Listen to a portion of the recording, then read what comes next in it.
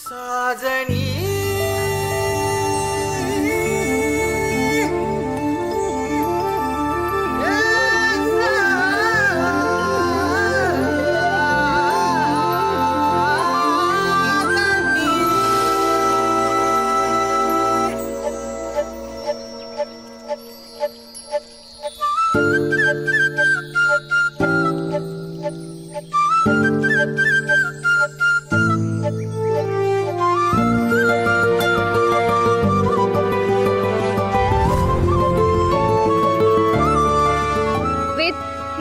पोहते हे तुला दिसलं नाही का? काही काय बोलतेस नली? मी जेव्हा सूर मारला तर तू पाण्याखाली होतीस, बरोबर ना? मला जर तू दिसली असतीस तर मी सूर मारला असता का? ए सर्जा राजा, चला आंघोळीला.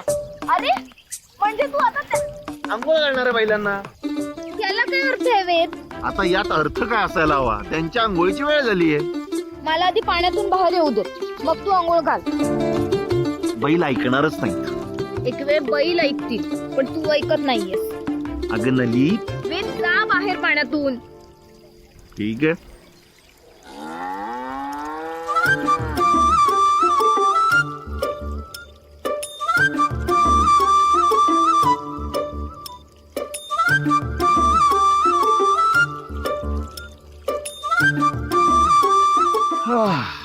काय म्हणताय? असं म्हणताय? बर. अंघोळ झाल्याशिवाय बैल मागे हटणार नाहीत, त्यांचं ठरलेलं रुटीन आहे. हा इथे असताना आता मी पाण्यातून बाहेर कशी येऊ? मी तर पूर्ण ओली झालीये. सर्जा राजा, आता तुम्हीच सांगा नलीला की मुलींनी असं उघड्यावर पोहायला येणं गरजेचं आहे का?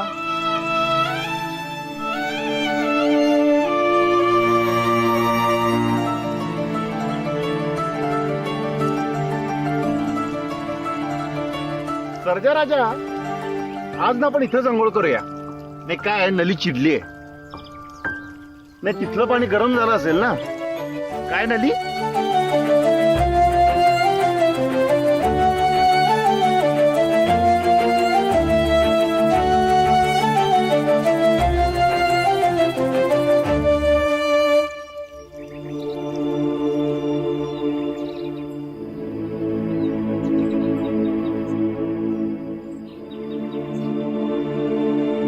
कशी आहे सोयनी?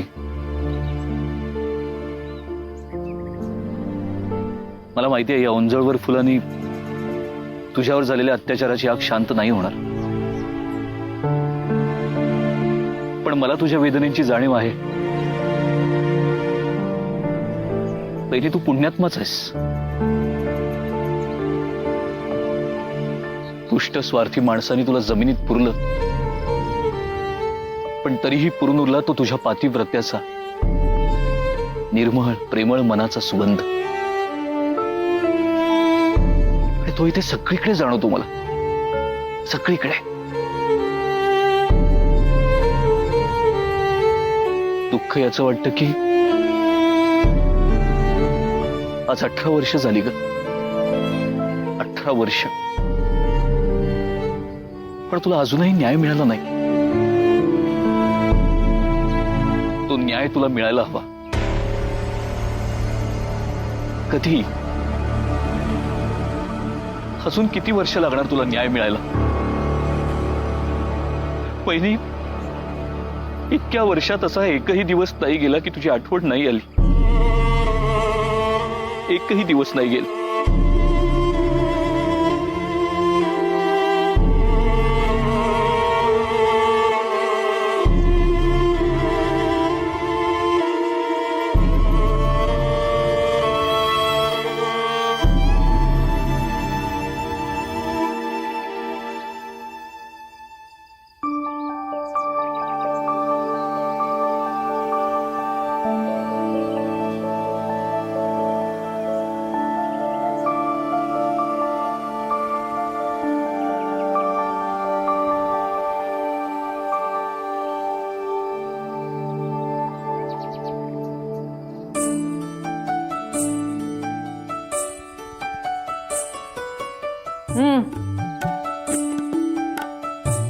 औक्षवंत व्हा, यशस्वी व्हा सौरभराव.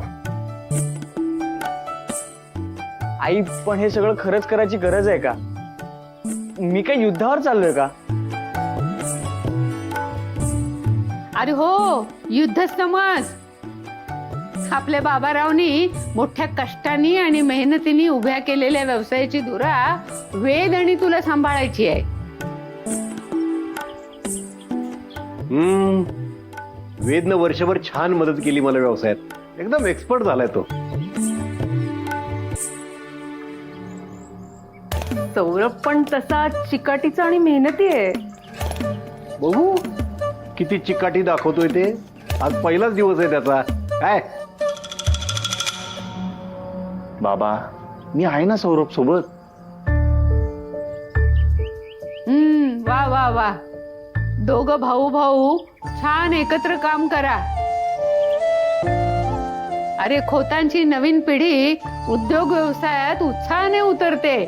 हे बघून खूप आनंद वाटतो रे मनाला. आजी, आशीर्वाद दे मला. अरे माझा आशीर्वाद नेहमीच आहे. यशस्वी हो. वेद, सौरवला व्यवस्थित ट्रेनिंग दे बरं का. थोरला भाऊ म्हणून आता त्याची सगळी जबाबदारी तुझ्यावर आहे.